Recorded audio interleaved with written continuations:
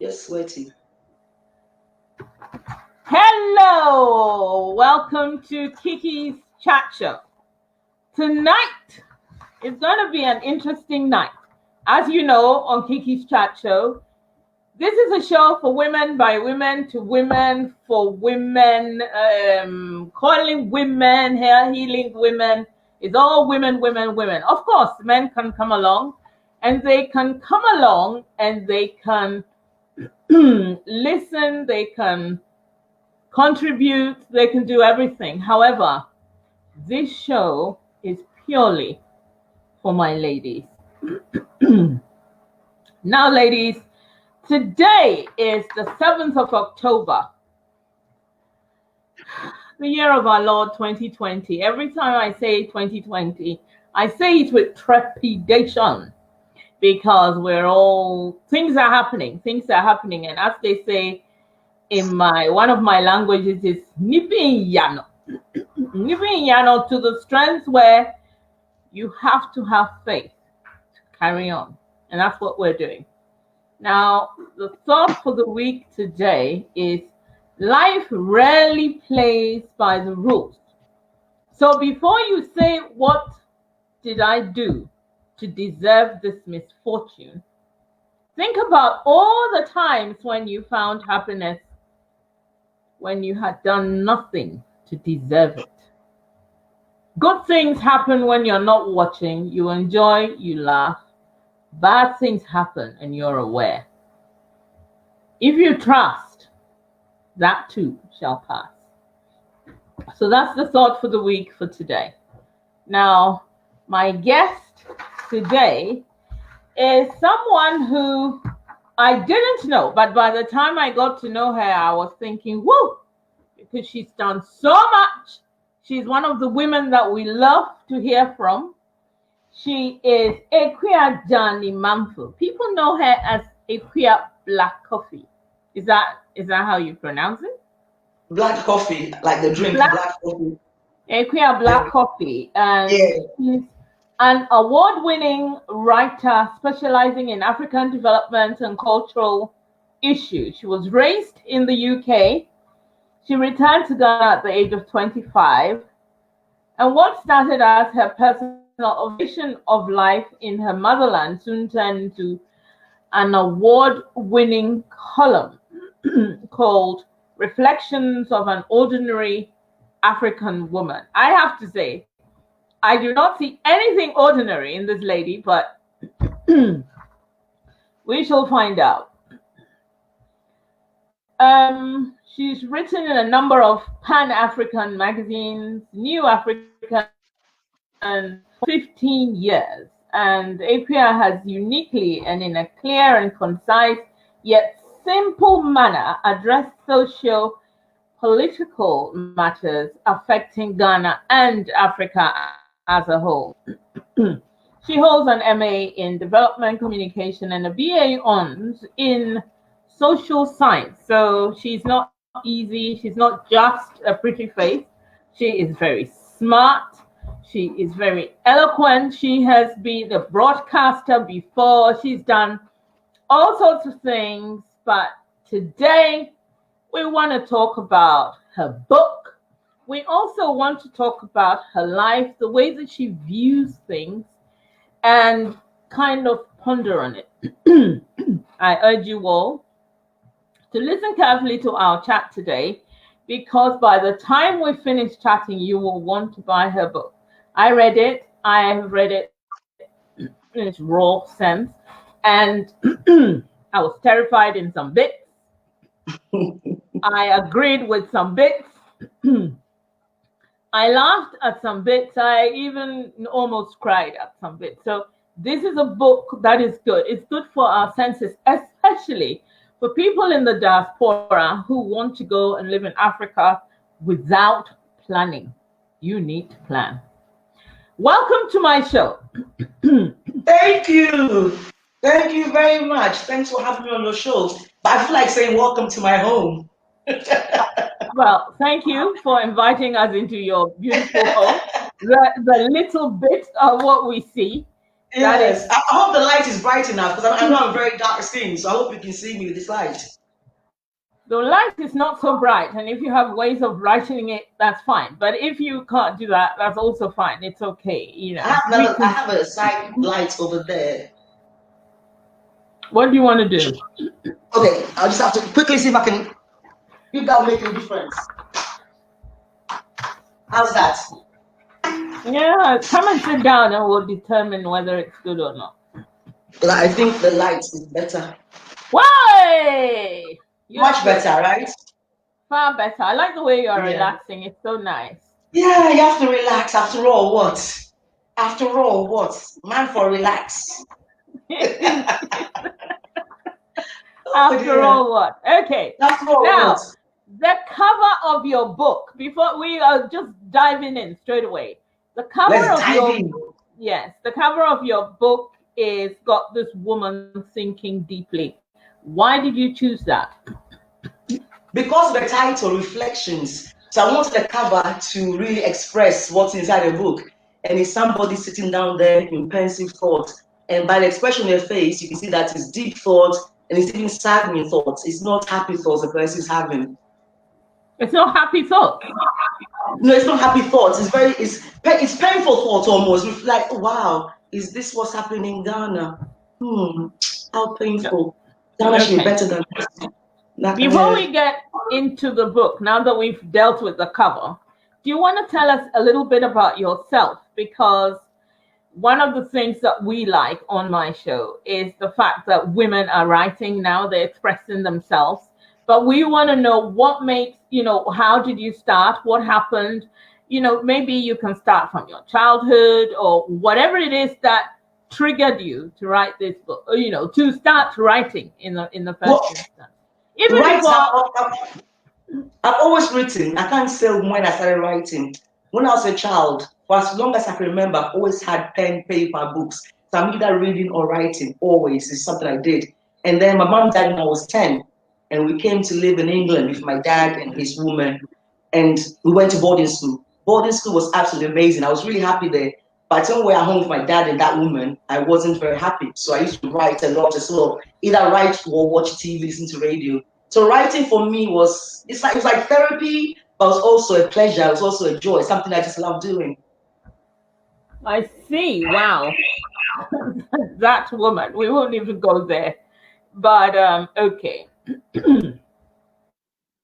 Writing was a joy. So you started writing at a very young age. That is good. Yeah. I think because writing is an expression, really. It's something that you're speaking without speaking, kind of thing, when you write things down. Yeah. Okay. So when did you actually then move into public writing for people to actually see what you do? I started actually writing for the public when I got to Ghana in 1995. You never wrote here. You didn't write when you were... I mean, here, I didn't publish. I was never a published writer. I went to school, I went to university. I graduated in 1994. I did temping for a year. And then in 1995, I went to Ghana. So I went to Ghana for 2 weeks. I wasn't meant to stay there. I was supposed to go for 2 weeks for my grandmother's funeral, come back and start my life as a graduate here. But I saw the opportunities in Africa, so I stayed. And then I started the life I was going to live here. I guess I lived over there instead. I see. So then what happened? Tell me, it's becoming interesting. So I met Nana Echampo, the producer of Smash TV, and a friend of his, Nelson.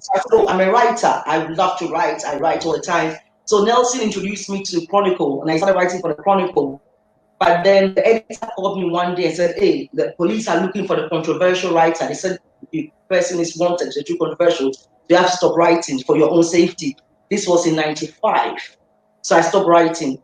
And I met somebody else called Africa 2. So I said to Africa 2, oh, I love writing. I'd love to write for New African Magazine. I love that magazine.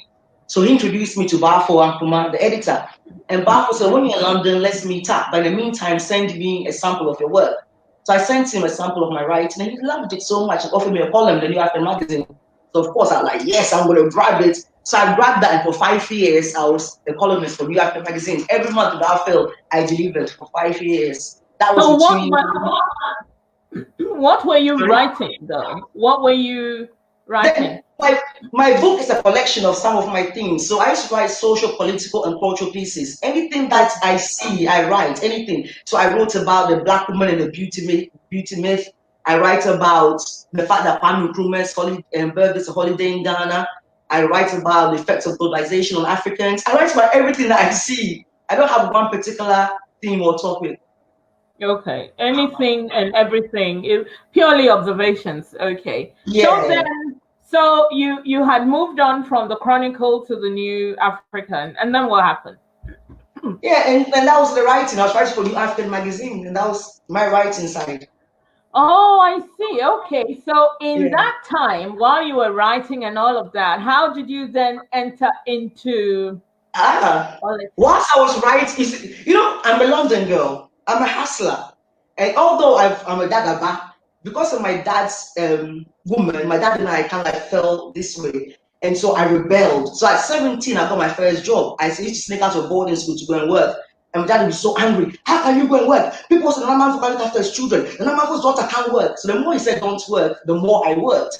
So by the time I was used to hustling, So when I got to Ghana, by the time I was writing for New York Magazine, I was working at Lintas full time, 9 to 5, Monday to Friday. I'll go to Lintas. I was a copywriter, producer, creative there. From Lintas, I'll go to Vibe FM the evenings doing my show. Then Saturdays, I'll do live at TV3 doing Gold Blast.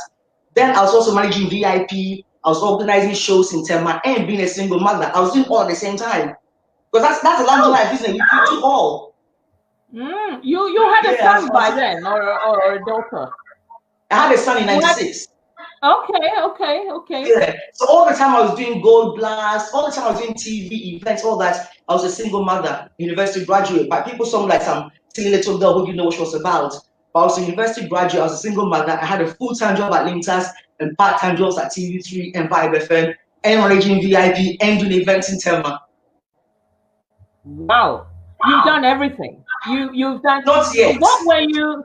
Well, yeah, okay. You don't think you've done everything, but at the time you were busy doing you had about 4 or 5 jobs. But when you say you were doing things in Tema, what were you doing in Tema? Exactly. We run Tema, myself and Radio 7, and then myself and New Faces. We ran Tema in those days. I mean, almost every weekend we did a show. We did fashion shows, we did music shows. I did theme parties at Catwalk. We're Nick Royal Hotel, Oak Royal Hotel. We were always doing something there. We took hip life to Tema. We used to do talent nights at Tema as well. People would come and display their raw talents. We were running Tema those days. Yeah, we were very, very busy in the entertainment scene. I love the excitement with which you speak. I love it. Thank you. Yeah. Okay, so then you did all of that. All of that time you were writing, you were still working, you had all these things happening. And then what happened? Because you then moved into politics, didn't you? Do we have to go to politics? Can't we just take the fun entertainment stuff? No, I didn't go to politics straight away. I did Mnet, I did Al Jazeera, I did shows in South Africa, in London, and Liberia. I was everywhere, And then in around 2014 or so, by that time, Ghana began to get crazy. I started calling the country the asylum. I was like, what kind of crazy country is this? Nothing makes sense here. It was horrible country. So and also my oldest son had finished his BECE. He was supposed to go to secondary school. And the headmaster told me he was going to put him in some school in the Volta region. I said, why can't you go to Presec, one of these? And he told me, oh no, that is reserved for the big people's children. I'm like, hold on, computer is supposed to do this. You're telling me it's reserved for big people's children. In that case, let me take my boys to go to school in England because they were born in England, they have British passports. So around 2014, I left Ghana to bring my kids to school here. So I was here. And then 2015, I had to go to Ghana because somebody wanted to rent one of my properties and it turned out to be a long fraud case. So that kept me in Ghana for a long time. So whilst I was there, I was still frustrated, still saying, look at this asylum, nothing works here. So my ex-boyfriend was like, instead of complaining, why don't you join the change team? Because Akua would change Ghana. Join that team, join it and change Ghana. That's a hope. You can't change Ghana. They're all the same. No, nothing will happen.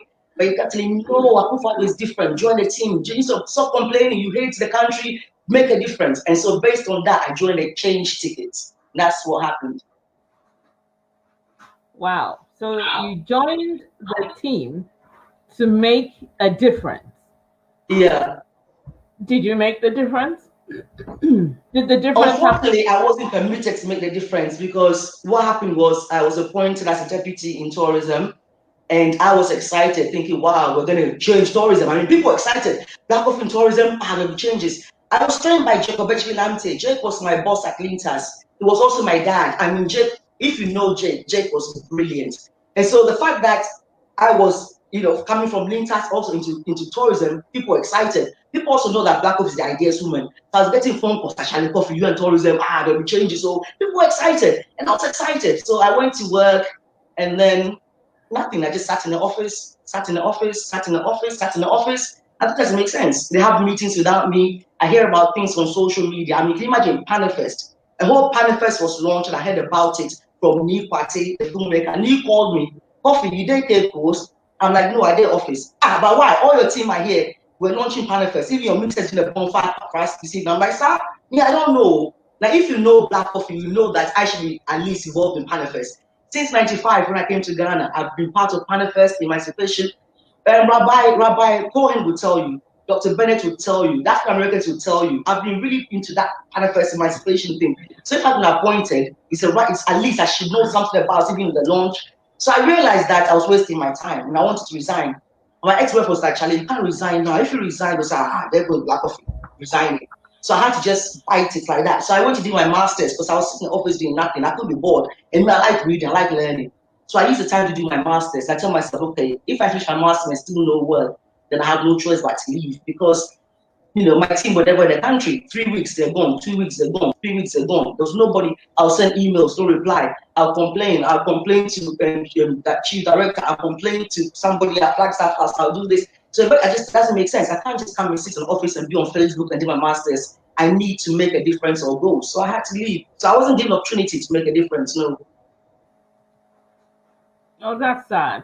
And that I like the way, because of all the excitement and everything, and then you get to the position and then you were not given. Did you find out why? Imagine, I came to Ghana in 1995 for a funeral. I saw the potential, so I stayed. From 1995, I was telling everybody, come to Africa. Ghana is this. And I was bringing people small. 5 here, 2 there. But because of me, a lot of my friends came to Ghana. So since 1995, I was saying, come back to Africa. When Boris and Nicole first came to Ghana, I took them to Vice President Mahama to start the Return Home agenda with Boris Kujo and Nicola Ripata. So this was conversation that started earlier. So that's our point as a Charlie, the dream has come true. We will make this thing happen. Then, team sideline you. They have meetings without telling you. You don't, so I was like, what am I doing here? I'm too intelligent to be stuck in an office where no one's finding me. I don't need it. Let me go. So it was very frustrating because this is something I've been working on my own. I've been doing tourism on my own for years. People know that in Ghana. I've been doing Wear Ghana for years. I've been doing See Ghana for years. So now that I was appointed, for years, I had the official capacity and a team to work with, so we move Ghana forward. But unfortunately, the team didn't see what I brought on board. Unfortunately, it's the way it goes. So you left? Yeah, so I left. And you left and you made comments about your leaving, which then brought a whole furore. Did you? All I said was I'm resigning because people are traveling and not working. People should look. That's all I said. I didn't say anything. I always kept it on the issue. They're traveling and not working. When I resigned, I was so close to the First Lady. People came and told me to say things just to discredit the first family. But like me, Akua Djanie Manfo, never. I'm a very loyal person. And I have no problem with the first family. My issue is you're traveling and I'm not working. And I will stick to that issue forever and ever. But for me to make up lies about the first family, you will never get that. Of course, because you're so close to them, anything you say, whether lie or not, is out already. I'm like, I will never do that. I'm a very loyal person. So I kept it on the issue, but people couldn't deal with it. And I became the enemy and blah, blah, blah, blah, blah. Yeah. Your passion is strong, is beautiful. I have to let less passionate. You think? Why should you be less passionate? I care too much. I care too much. That's my problem. I care about people. I care about things. I like to see right. I'm not perfect, too. Hey, me, I'm not perfect. I have some serious problems and issues. but I care about people and I care about right and wrong, and that's my problem there. Yeah. Yeah. Well, you've done your bit. You have tried to do it, and like you, a lot of people always want to go back to Ghana and contribute and do something. However, it looks like there is a small paradigm shift somewhere where you need to get into the culture to understand the people, the mindset, because always they complain that we, the people who live abroad, they think they know better, and so they can intentionally. We're too known. You're what? Yeah. They call us too known. Okay. That's the term they use, as too known.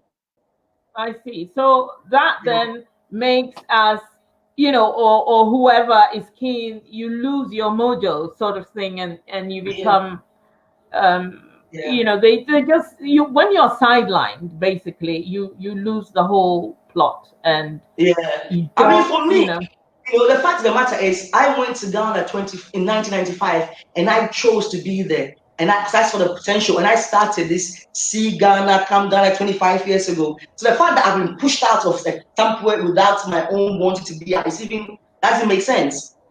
I was doing my own thing there, and now all of a sudden it's like, hey, F off. Yeah. Okay, so now we shall go to your book, your wonderful book. Your book, I don't know, how do you want us to approach it? Because your first chapter is a direct question saying, is Ghana really a democracy? And it's an interesting question. I think that's chapter 2. I think that's chapter 2. Oh yeah, that's chapter 2. Chapter 1. Yeah. Chapter 2. Chapter 1 is about, Yeah, is Ghana really democracy? Is it? Yeah, and then you give us reasons why you think it's not a democracy. Yeah. And do you want to give an abridged version of it, or should we just move on? I think Ghanaians have misunderstood what democracy is. Democracy is supposed to be one man, one vote. Everybody having a right and free and fair elections and stuff. But I think the Ghanaians are taking democracy to mean now that we are free to talk and we can do anything. So read the book for the rest of it. Okay. Good. Yeah, I get it. Yeah, people should buy the book, Yeah, people have to buy the book. But let's talk about something with me, and it is the Black woman and the beauty myth. Okay. We don't want to go too deeply into it, but we could talk about one chapter, say. And that, for me, was very interesting. I mean, in fact, there were loads of parts in the book that I agreed with, but the Black woman and the beauty myth is something that I have talked on my show several times. And I am always saying to people that everybody is beautiful. And I'm not joking. I'm not saying it's not something that you say. We Black people, we are the most beautiful people in the world, but people do not see. They don't see what they don't understand it. They think if you have the slinky hair and that sort of thing, that makes you beautiful. I want curls. I want curls in my hair. I always have curls. I'm always in an afro. Yeah. It's either my afro or my long curls, but it has to be curls. And people are always copying the white person, but at which point do we move away from that and look at ourselves, our colors? Black people are the only people who have over 53 different hues, tones, colors. I'm not even counting the ones who bleach. These are the natural ones. The human dye and dyes. The human fatigues. Yeah, but so is that what is your view? Because you've written about it, but I don't want to go into what you wrote because I want people to go and buy the book. But what is your actual view, moving away from the book, about the beauty of the Black woman? Right now, as a Black woman, to be considered beautiful, you're supposed to look a certain way, which is the opposite of how I look. You're supposed to have dark and light skin. You're supposed to have the silky hair. the acrylic, the eyelashes, the acrylic nails. That's her definition of beauty now. So right now, if you see a black woman, she doesn't look black anymore. She looks maybe Hispanic or Latino, whatever. And I think it's sad. I think it's really, really sad that they've bought into the myth. Nobody has to make you feel inferior when you look like yourself. Why do you have to believe them? Because who's dictating this? It's not black people dictating this. It's somebody, it's a white man sitting in Hollywood deciding how women should look. And you sitting in Africa, in Tanzania, in Sierra Leone, in Ghana, in Zambia, you're believing this white man sitting in Hollywood that this is how you're supposed to look? Something's not right. It's not right. On my screen, you are very hazy. And I wish people could see you because you are an actually beautiful black woman. But the screen is hazy. We can't see you properly. I must apologize. Well, maybe people can on YouTube. Some people want to see the book. This is it. Oh, where's the book? Yes, I sent you the PDF. You got the PDF copy. But you probably come out.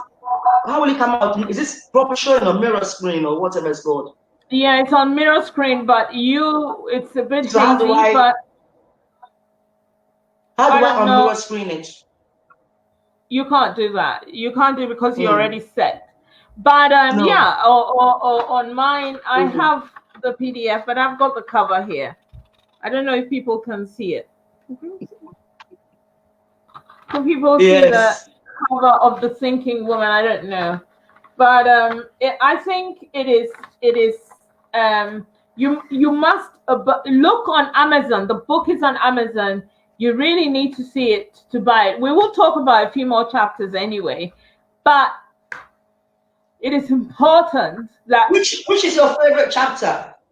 My favorite chapter was the beauty of the African, which is the black woman and the beauty myth. But one of the things which resonated with me in your book was when your sister was traveling and she went to the airport and she had the altercation with it wasn't even an altercation, but you see, Ghana is the only country that I have been to where, in fact, it's not even Ghana. Let me give you a clean and clear example right here in this London. I go into You've disappeared. Sorry? You've disappeared. Oh, okay. I go into a shop. I go into a shop to buy candykisseih and fish and pepper. So this is a Ghanaian shop. I enter the shop. There are some people standing there before me. There are some people sitting there eating, just about 2 people. And right there, the woman who is serving us is on the phone. She chats on the phone for a bit, and she's speaking a Ghanaian language. So she has a chata, and then she lifts up her head and says to the guy in front of me, "So what do you want?" It was like, "So what do you want?" Like, so I don't know. Yeah, so the guy said, and listen to this. This is very interesting because it happens all the time. So the guy says, I want with candykisseih and this and that. So, she brings it. And then he says, and then I want some, so it's like he didn't say it all at once. She'll bring whatever he wants. Then he will say, and I want it. And she said to him, what is all that? Say everything that you want. I keep going and come here. Do you know, I had this feeling in my, when you suppress your anger. Yeah. It is painful. I can tell you now that for me, I don't know about other people, but when I am trying to behave myself and I am trying to not scream and I'm trying to not be angry, I feel pain. I feel a certain pain. That's why I let it go. Why should you hold the pain inside and get cancers inside? Let the pain go and then be free. No. First of all, I like to see myself as a fine Araba. Second, it was not me they were serving. I kind of feel that the man should have said something. Third, I had a lot of time. So this carried on, and this man was eventually served and everything. She then told him how much it was going to be, and he said, that's wrong. He said, no, I think you are wrong. It's supposed to be 36 pounds. She said 40. So then they started to count and re-add everything again. Every item. And it came to the 36 pounds the guy was saying. And then so he gives her the money. She takes the money and she just throws him the change. And that is when I went ballistic. Because, first of all, you are behaving as if you are doing us a favor to come and buy this cake. Yes, I want cake. Yes, it is my tribal food, and I have this urge to eat cake on that day. But how very dare you? Because I am paying you for that cake. I couldn't stand it. Yeah. And I was so angry, and it wasn't even my turn. Can you imagine that by the time it was my turn, while I thought she was going to be cross, she wasn't. She calmly packed my thing, kept asking me, do you want anything more? So then I became confused because this trophy... You were expecting... Yeah, this trophy, strange behavior that she had displayed before, she had... So then I was thinking, hey, maybe I'm looking a little bit older than I think I am. So that's why she suddenly become respectful, or she's afraid of me, or something. Anyway, I bought my cake, my fish, my trophy, and I left. But the problem is this is prevalent, and this is imported into London. Can you imagine how they are in Ghana? Go to the High Commission, it's there. And why? Why have we got... Actually, no, I don't think it's just a Ghanaian thing. I think it's a black thing, because the Caribbeans also do that. Sometimes you go to Caribbean restaurants, you want to order your food, and it's like, what you want? So I think it's a black thing. I don't know. Anyway, I brought this up because Akua has this scenario, not my scenario. My scenario, I am not writing a book, so I've told you. But her scenario is very interesting, and you need to buy the book. And it's amazing, because this is something that we should be doing things about. I also read in the book, your chapter 1 was African music videos.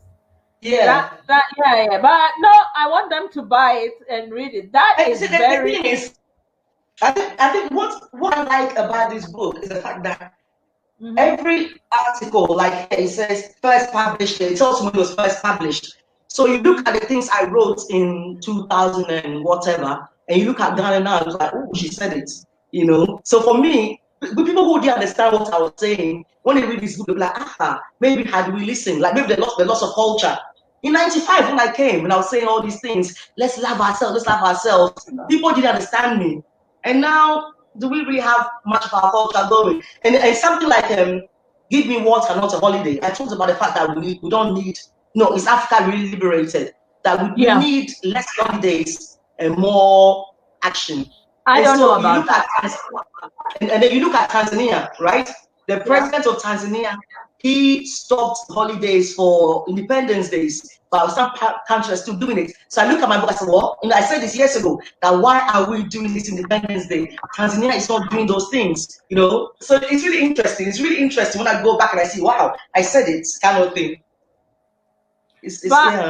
But what about the fact that people really work very hard, and a holiday is a day that they can rest a little bit? Because this Monday to Friday, we have so many holidays in Ghana. We haven't reached the stage where Ghana is developed enough for a holiday. You have a holiday when you say, wow, if I achieve something. We can't afford to be taking holidays. We're not developed enough. Come on. What holiday are we taking again? And no, I don't. I think we have too many holidays. I think they're really unnecessary. I'd rather use a day for something more productive. Seriously. That's why I love the fact that Magufuli has cancelled all this money that they spent on independence celebrations. I love him for that. I like holidays, actually, and I was very concerned. But however, you had a point. But you see, if for example, as you said in your book about Kwame Nkrumah's day as a holiday, and you wanted people to do something to commemorate him so that people don't forget him and therefore do something towards it. I think I agree with that point. But I think we work too hard, and we all look in this country. We have holidays. We don't have that same amount of holidays as they have in Ghana, but holidays are necessary. People cannot work like animals. We don't have a holiday, but we have unnecessary holidays in Ghana. It's unnecessary. You have a Liberation Day, AU Day. We're not liberated, so why are we celebrating that day? If we're going to have a holiday, it should be for something that is worth it. But we're not liberated. The West still dictate to us. France, Germany, France still controls Francophone Africa. So how are we celebrating Liberation Day and all these things? When we are liberated, we can celebrate it. But for now, Africa is not liberated. Let's stop kidding ourselves. We are not. Physically, the shackles are gone, but economically, we're not liberated. Okay, so basically, you have suggestions of how to change things also in the book. I think it is very good because it could be a blueprint for somebody who wants to do something and change Ghana. This is my view, because a lot of the things. Yeah. Truthfully speaking, you see, I think I'm the kind of person that my value will not be seen now. Maybe in 150 years' time, 200 years' time, some Ghanaian will pick up this book and pick up volume 2 and say, wow, 200 years ago, how did somebody think like this about Ghana? This is useful. We can use this material now. But for in my lifetime, I don't think I'll be able to see any positive change. However, that should not stop me from putting down my ideas. Let's archive it, and future generations, I believe, will value it. I think, to archive it, people should buy it. People who are passionate about Ghana with the same passion that you have. It's on Amazon. I think people should try and go and buy it. And I think buy for their kids. Buy for their kids. If at least we get young people to think differently, it might be hope. If the under 35s can think differently, then there's hope for Ghana and Africa. But if the under 35s are thinking the same way that the current Ghanaians and Africans are thinking, then let's forget it. Yeah, but how does that happen? If you say if under 35s, people have to be taught. If, for example, we have illustrious people who have done things for Ghana. So if you do not mention or teach the children that in our history we had somebody like Pa Grant, say, this is just pulling somebody out of the. You have Kantanka right now. We have Kantanka making things in Ghana. Now talk about Kantanka in my book. Yeah, he's right there making things. Yeah, Kantanka is in the present. Kantanka, by the way, listeners, is somebody who builds cars, and he's built a beautiful 4x4 car. He's done TVs, he's done other things. Yeah, but so why can't he also? And he's teaching the people. He's teaching, isn't he? Yeah. Just passing on that knowledge to the younger generation, and that's but what we need more. We need to know about our history to be able to move forward, and we do not teach our history enough. We know a lot about the Mary, Queen of Scots, and all of these British histories, and we don't know about our history. So it's very important that we talk about that, educate people about our history, and then give us the pride to move forward. I think that's what it is. I talk about that in chapter 1, 2, 3, chapter 5. I talk about education in Africa. Okay. I talk about that. Yeah. Well, somebody has sent me a message, and the message is it that you went to Ghana thinking that it was a kind of a village and you thought that you wanted to correct it? I went to Ghana for my grandmother's funeral. I didn't go to Ghana to correct anything. I had my ticket for 2 weeks for a funeral. After a funeral, I was like, wow, Ghana is sweet. I see opportunities here. Let me stay here. And I could tell everybody, come, Africa is sweet. No, I didn't have any vision of Ghana as a village. I didn't go to save Ghana. I'm not trying to save Ghana. I just went for a funeral, and then any idea I have, I brought it on board. Because that's how it makes us. That's how things change. People bring ideas on board. Yeah. Somebody's asking if your book is on Audible. Not yet. I've been told to do that, but not yet. Okay. Yeah. Somebody is also saying, unless we see people of color, unless we as people of color define what is beauty, we will always bow to the white man's narrative about beauty. And is that what's in your book? That's exactly what I'm saying. Unless we accept our own definition of beauty, we accept ourselves, how can we allow someone in Hollywood to dictate to us how we should look? That's what I'm saying. But you see, when you say this, people don't understand you. They think you're attacking them. Women always take it as a personal attack, but it's never a personal attack. I'm speaking, it's never, no, I'm not attacking you or the next week or whoever. I'm just saying, as a black woman, why will you let somebody sit in Hollywood dictate you how you should look and you believe that person more than what you see in the mirror, more than God? You go to church, oh, yes, I love God, oh, you love God, but don't like the way God made you. You don't like the skin God gave you, you don't like the hair God gave you, you don't like the lashes God gave you, you don't like the nails God gave you. So what are you doing in church? Don't go and thank God for anything.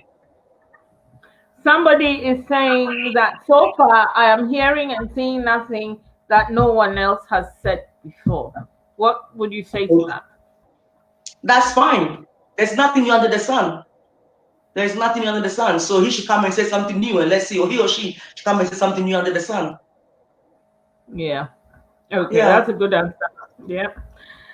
Well, and every generation, every generation you come with new people. So because let's say because Fela said it in those days, Fela is dead and gone. So this generation we shouldn't fold our arms. It's not new. Nobody will say no.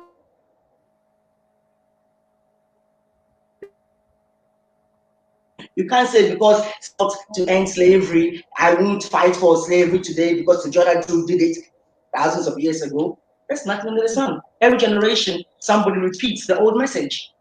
Okay. I'm reading questions. So there's another one. It says, how is she talking for us all to stop our holidays? I really love holidays. It's something to look forward to. I agree, though. I like there holidays. You go. Go enjoy your holiday. No, yeah, no, that's why this is called. It's called Reflections of an Ordinary African Woman. It's not called my by force theory on you. It's not called my research on you. It's called Reflections of an Ordinary. These are my reflections. Okay, I don't impose on anybody, and they're open for discussion. So yes, if you want to take a holiday, continue to take a holiday, and Africa will stay behind. That's who she is. No. Africa will not stay behind just because I and my, one or two other people want a holiday. I think keep taking holidays. Once you're taking holidays, a China man is developing. He's in the lab. The French man is in the lab. The Indian man is in the lab. And we're just, continue that way and see where it leads us. I don't know how many holidays Chinese people have. I don't know if they have more or less than us. But all I know is they are running the world now. What you are saying, basically, what you're saying, basically, you are saying a lot of countries, they work very hard and they work nonstop. But believe me, they do have holidays in China. They have holidays. You people don't seem to understand. Yes, BLACKOFEE. Me, even if I say the sky is blue, Ghanaians will never understand that. If me, I say the sky is blue, they'll say no, it is green. Let somebody else come and say it's blue. They'll say, yes, the person is intelligent, they're clever, they said something new. I'm not saying don't have a holiday.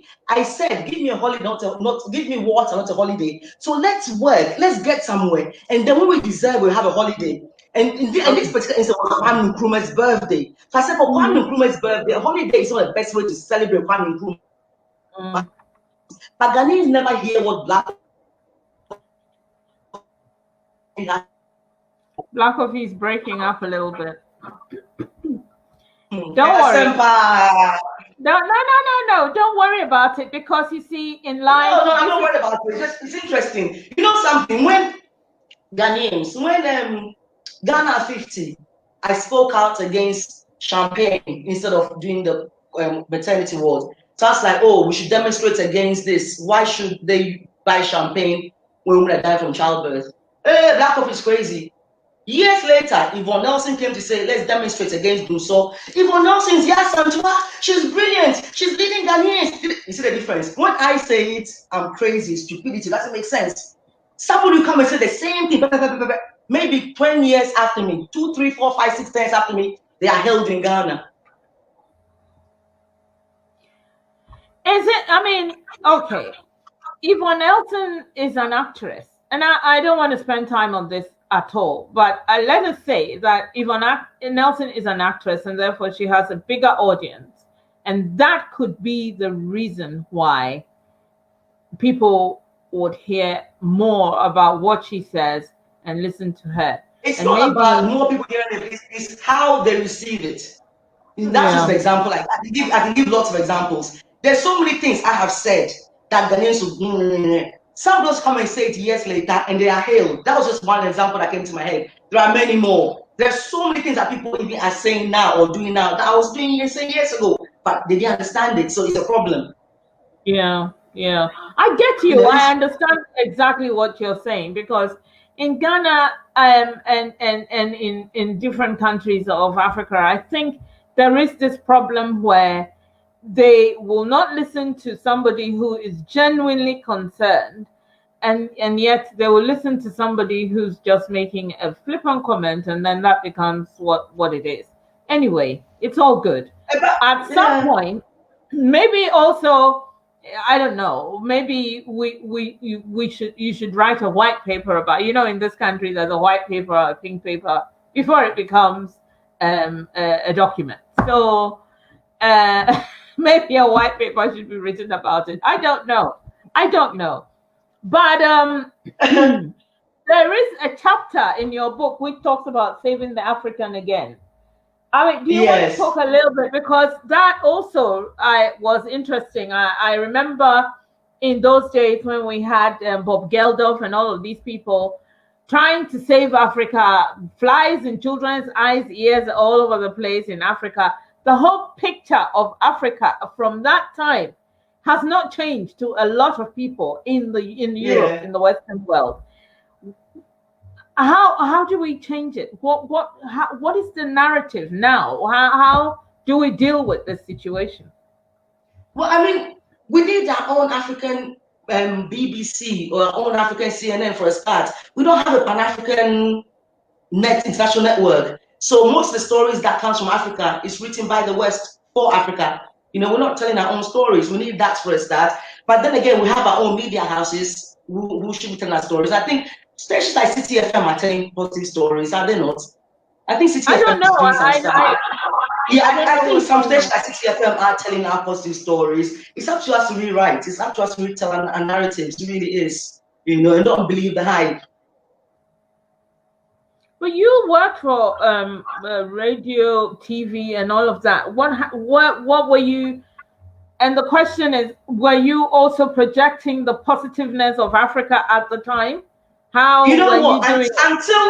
Until about 5 years ago, you can ask anybody who knows me. I was all about Ghana, Africa. Ghana is wonderful. I have nothing bad to say about Ghana. It was only the positive stories. Just the last 5 years ago when I got really angry with things. So I was always about positive stories about Africa. Now, I did freelance work for Al Jazeera. Anytime I pitched a positive story, they weren't really interested. They wanted more negative stories. At the time the Malcolm building collapsed, they called me, "Can you go and cover that story?" And I was in London. So I was like, "No, I'm not even in Ghana to cover that story, but I can recommend somebody else for you, So yes, for me, it's always about positive African stories. And if you look at the shows I did, Studio 53, Amazing Ghana, and Talking Drum, they were all about promoting African arts and culture and tourism. I agree with you on that. I think it is very important. One of the issues that Black people don't realize is, whilst we are in Africa and we're loving it and we think it's wonderful, the white people don't respect us at all. The image they have of us is the miserable, hungry, etc., etc. Now here, there are homeless people who sleep outside on the streets. There are people who are hungry. There are people who are in the same, situations as we have them in Africa. And yet they will not ever make a film and show their poor people. They will never.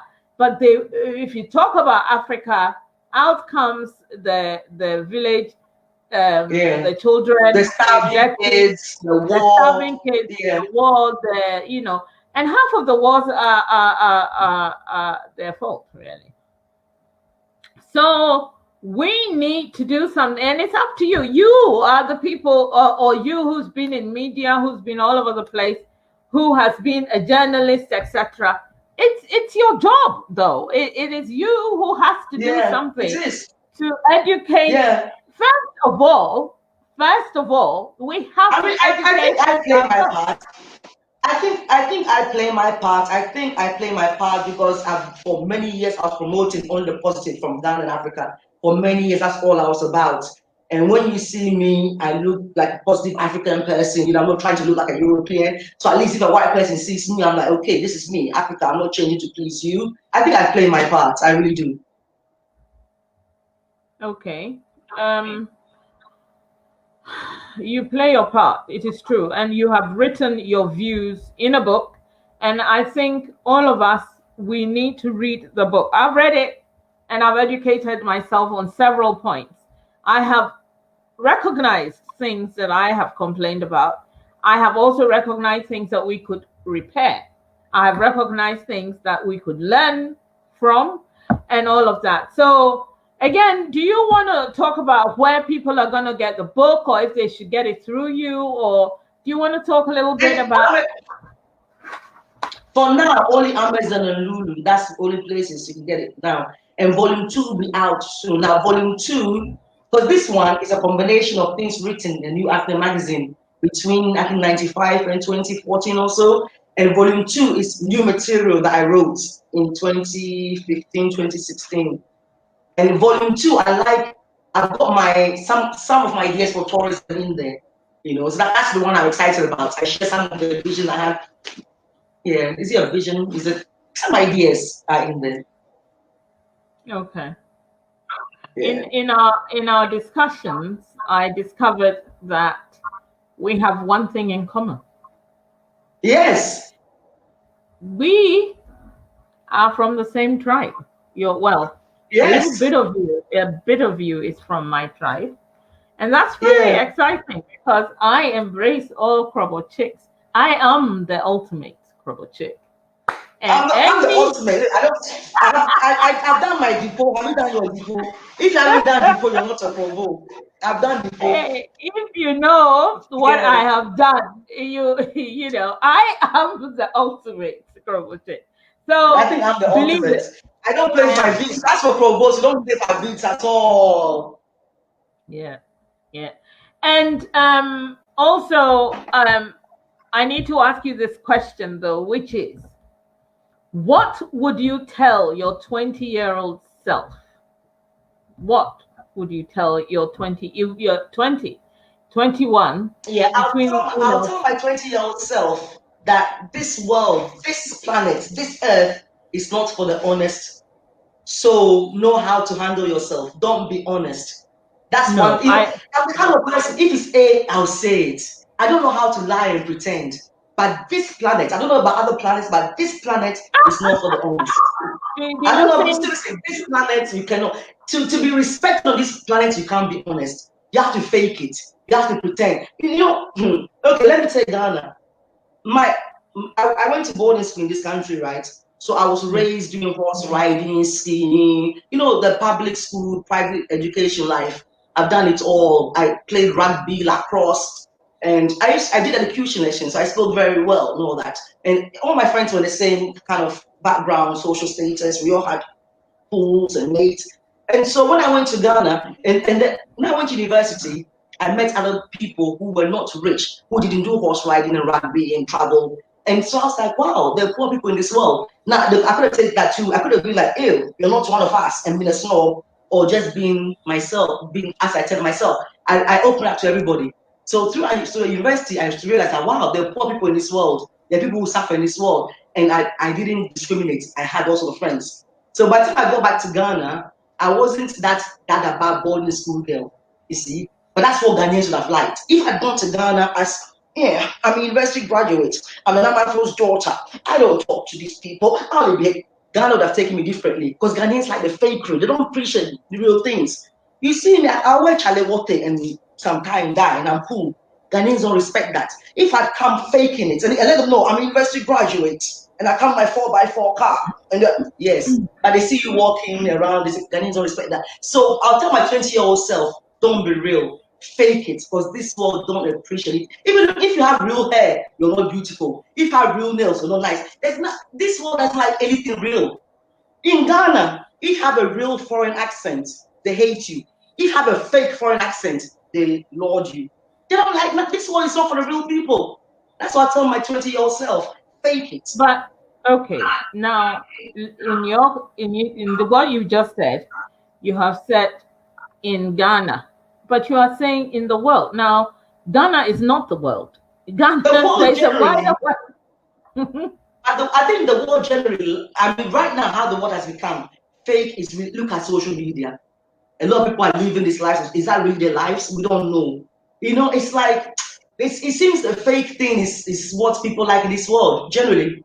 It's people like that, fakeness. That's why you see young guys getting in trouble to go and buy expensive cars, expensive trainers, to fake it, to look a certain way. You know? It's not just Ghana. The world is fake. I think it's envy. I think it's avarice. I think it is a sin to look at other people and want to emulate them. The truth of life is people work hard. Maybe you don't know. I was watching a woman in Ghana, her program, she's called Delay. And I never actually watched it, but she was talking and I thought, let me see. And she sat there and she said, at where she is at now, she has her own TV show. She sells delay mackerel. She sells delay sardine, blah, blah, blah, tomatoes, etc. She says a lot of young people write to her and say, you are my role model. I want to be like you. But the truth of the matter is, she got there by hard work. She wanted to do certain things and she struggled for it. She used to take a bus from one place. She said they lived in a little shack somewhere. She struggled. She lived with her sister. She lived in Tema. She lived with people. She did all sorts of things. And it is through sheer luck that she got to where she is today. And hard work, of course. But people do not notice that. And all they see is you at the end. And they want to get to that end. Now, human beings are like that. Some human beings, the ones who have the envy, the ones who want to be where you are, not knowing that it may have taken you 25 years to get there. Those are the people. So in truth, and I'm not telling you off or saying what you said is wrong, but I'm just saying to my listeners that in truth, do not despair, because it is hard work that puts people where they are. And then it is thieving, cheating, envy, avarice, and all the other negative words that make the people steal, beg, borrow to get to a level where they haven't worked for. And that is where people are then pretending they are not real. They are, etc., etc., etc. So yes, you have a point. Your point has been made. People, I would like you to buy the book. The book is called Reflections of an Ordinary African Woman. When I said that is really what it is. This reflections of an ordinary African woman. It's not by scientific book that I'm going to write. No, it's just my reflections. This is what I observe. This is what I see that we're doing wrong. This is what I think we can do to change it better. I'm not forcing any of my reflections on any Ghanaian. No. I can't say that enough time. I'm not forcing anything down anybody's throats. It's just, this is what I have seen. This is what I think we can do better. It is not saying that I have all the answers and I'm the savior. No, that is not it. Somebody is very upset. I mean, we finished now. We've got to go. But somebody is so upset. She says, why does she keep saying Ghanaians don't respect? I said that. I've never used. Let's watch this back. I've not said anything about Ghanaians don't respect. I've never said that. Let's watch. Let's watch it back and let's see if I ever use those lines. The show is ended, but they can look at it. She never said that. She never said that. Now, somebody else is saying, Wendy, she's saying, fake it to make it. The order of the day, sad but true. Agreeing with you once again, and I agree with you too. People fake it and they don't realize that it's hard work. So people, ladies, you know, we're trying to be true to ourselves. The show has ended. I want to thank you so much, Akua, for coming on my show, to sharing your thoughts with us, to sharing your book, the idea. And I want people to buy your book. And ladies, as you know, the whole idea is to help another lady and help yourself.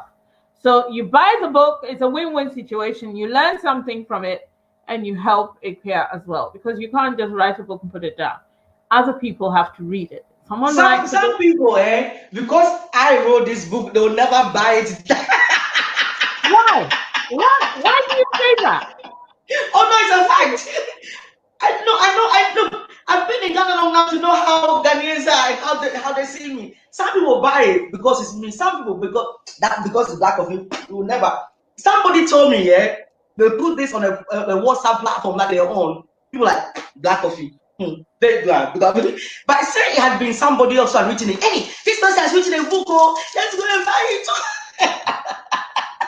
BLACKOFEE. I mean, one thing I can say for you is, if that is the truth, then you are famous. You are already a public figure, and people know you enough to make these flippant remarks.